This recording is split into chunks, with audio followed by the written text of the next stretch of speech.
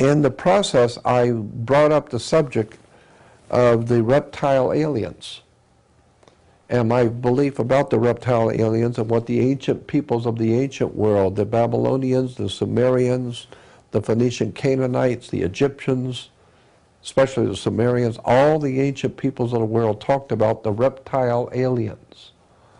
And so I just brought that up in passing, that I think that there are reptile aliens here. I've heard too many stories, and then I told some of the stories that I had heard.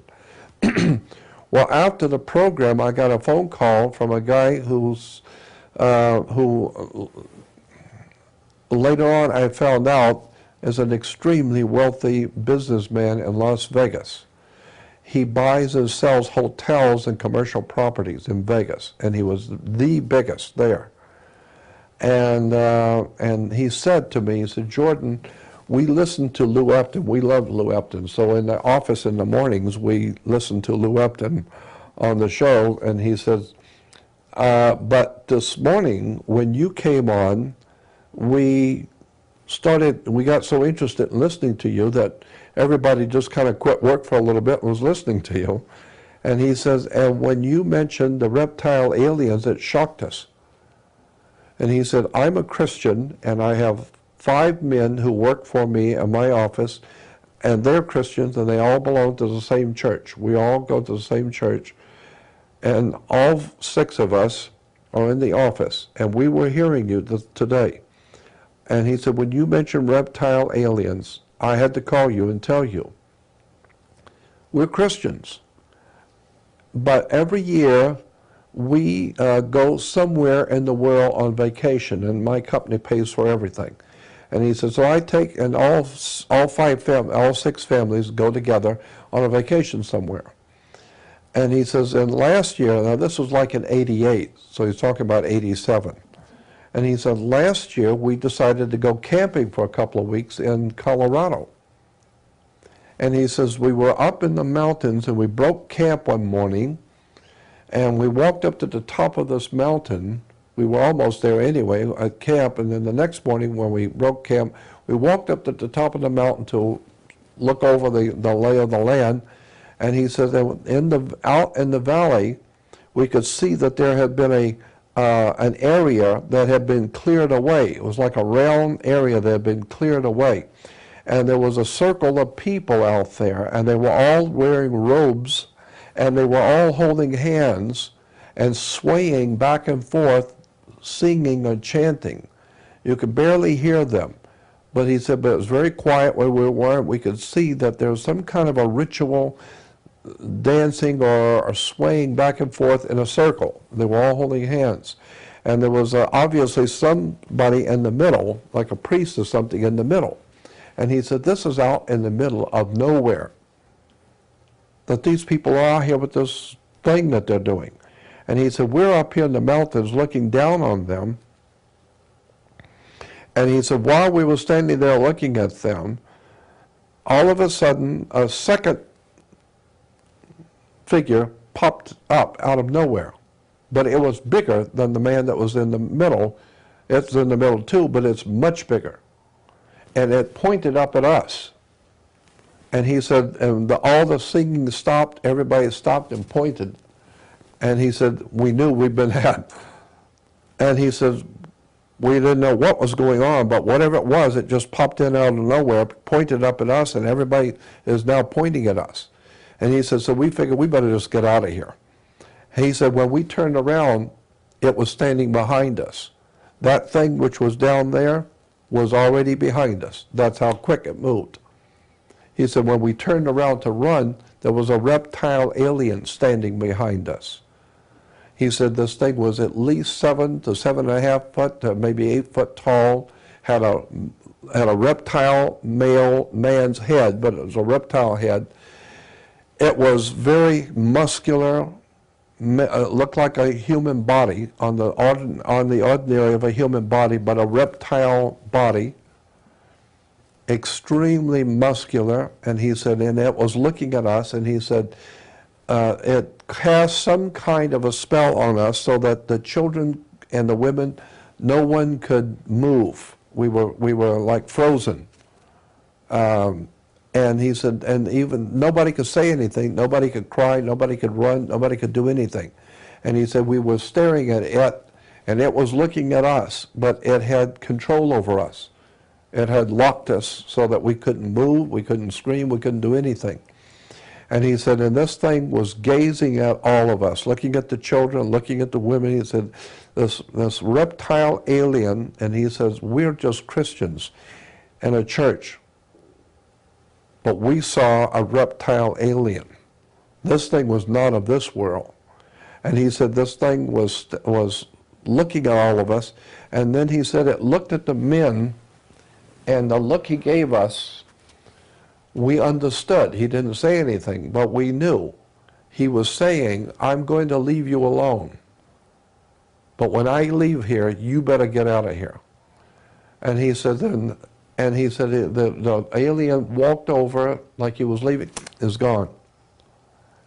Just like they was gone. And he said when he was gone, the moment he was gone, everyone came back to life. And the babies were screaming, the women were yelling, screaming. Everybody came back to life, instantly. And he says, we ran like we were totally out of our minds, running back to the cars.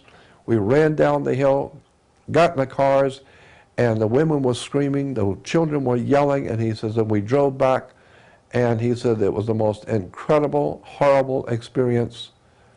And he says, all the guys in my office will tell you, we saw a reptile alien in Colorado. So when you're talking about, he says, so when you're talking about reptile aliens in the ancient world, I got news for you. There's one we know for sure in Colorado. We saw him.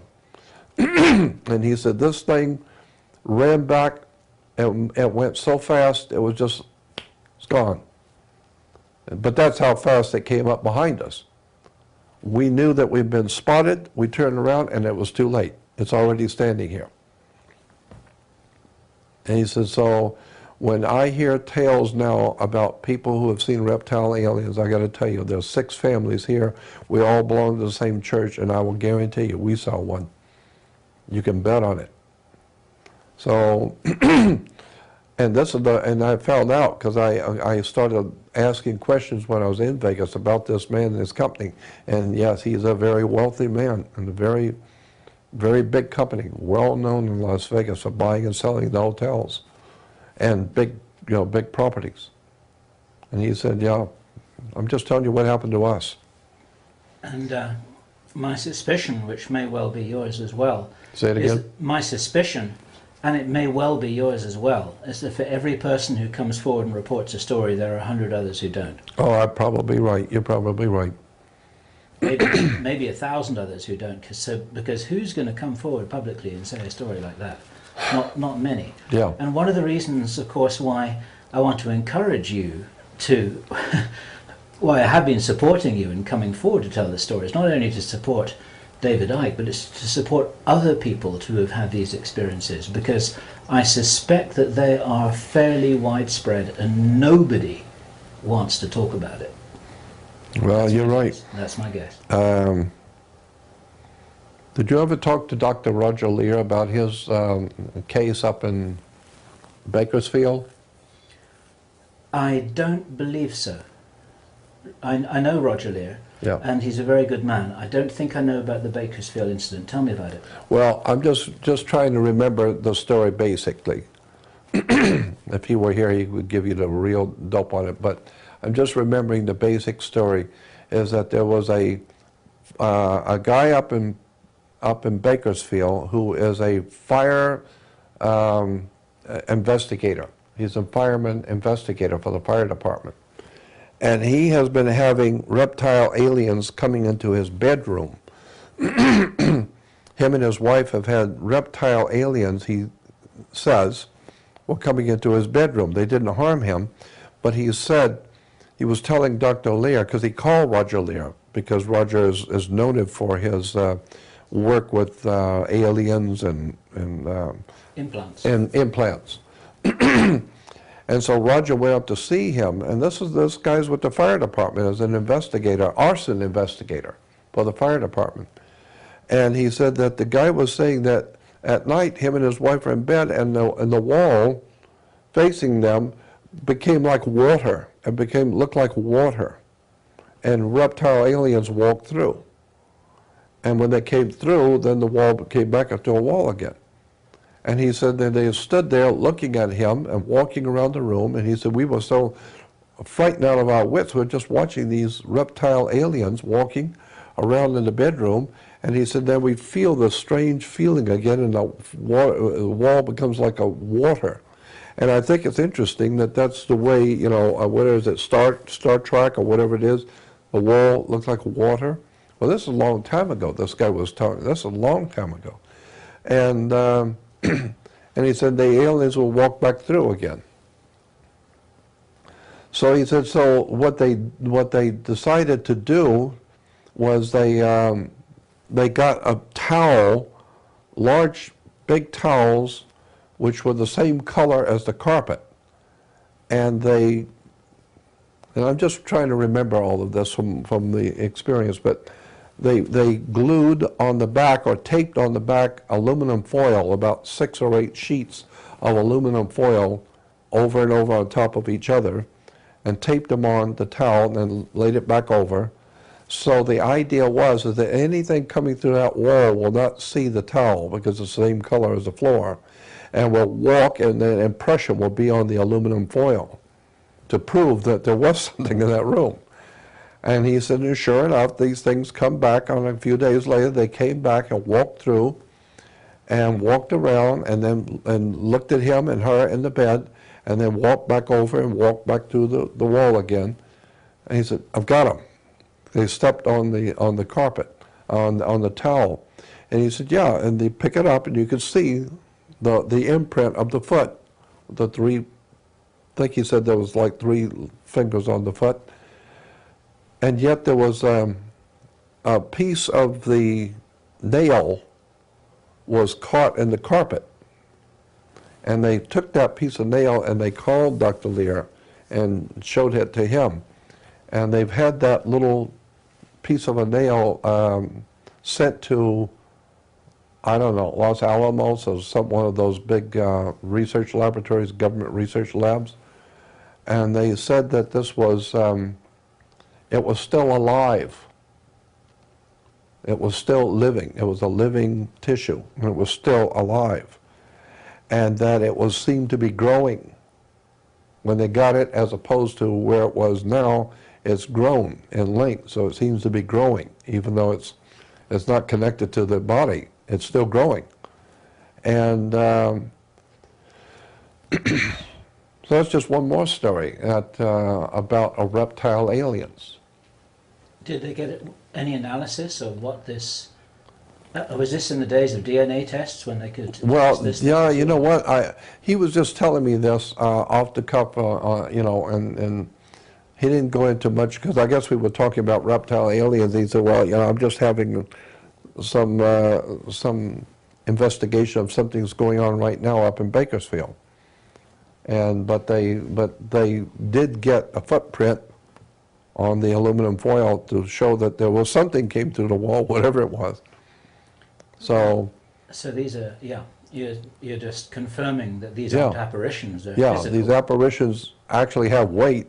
They have weight. Yeah, they have weight. Because they came through the wall, and their imprint is on the aluminum foil. Yeah, and they have some kind of interdimensional capability. Exactly, they have interdimensional capabilities that come through and walk back into.